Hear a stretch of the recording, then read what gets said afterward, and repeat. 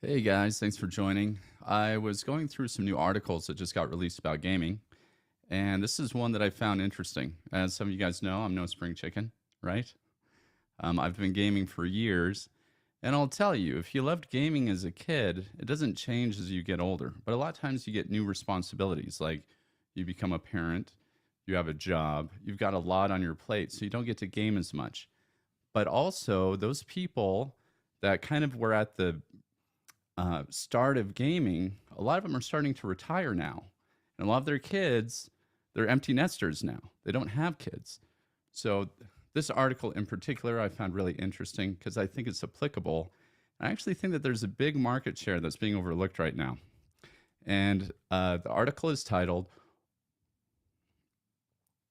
Over 50 Gamers Feel Overlooked Study Finds. Essentially, if you're 50 years or older, these gamers are starting to feel overlooked. And let's go ahead and go through it together. Okay, more Americans aged 50 and up play video games than ever before, but they feel overlooked by the gaming industry, according to a new study by AARP. It's interesting that AARP would actually be doing a study about video gaming, but I think it's actually becoming more and more applicable to this generation. So, why it matters: video games are not just a pastime for the young, contrary to the popular image of who does or doesn't play. Numbers: AARP counts 52.4 million Americans who are 50 or older and play games at least once a month, some 45% of all Americans that age. So that's a huge number. It's almost half of all of the older adults that are playing video games. I mean, that's a massive amount. You can think for yourself. Maybe some of you guys are younger, but just as you get older, your mind doesn't change that significantly. It's not like, you know, once you're 25, you think all that radically different than when you're 50. If you like video games at age 25, you're probably going to like video games at age 50. So that's a slight bump up from 50.6 million in 2019. It's also way up from 40.2 million in 2016. Gamers aged 50 plus are also playing more. They average 12 hours of games a month in 2022 compared to 8.5 hours per month in 2019. Nearly half of the older Americans who play games are doing so daily. And I'll tell you, like I've worked in professional settings and known plenty of adults with kids who play games. These games are actually designed to be rather addictive.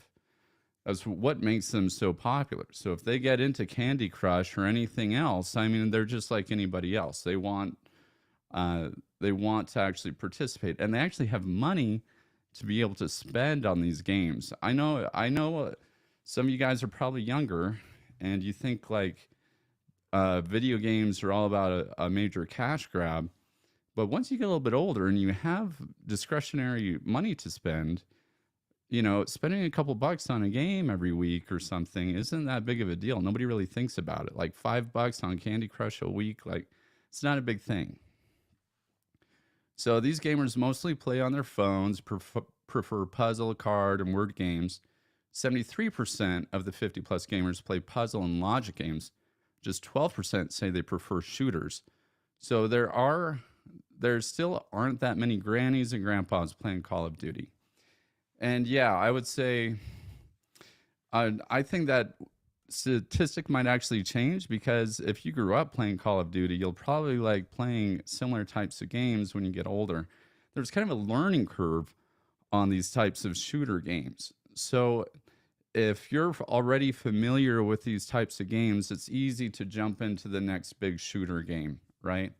I mean, I just barely downloaded the new Call of Duty.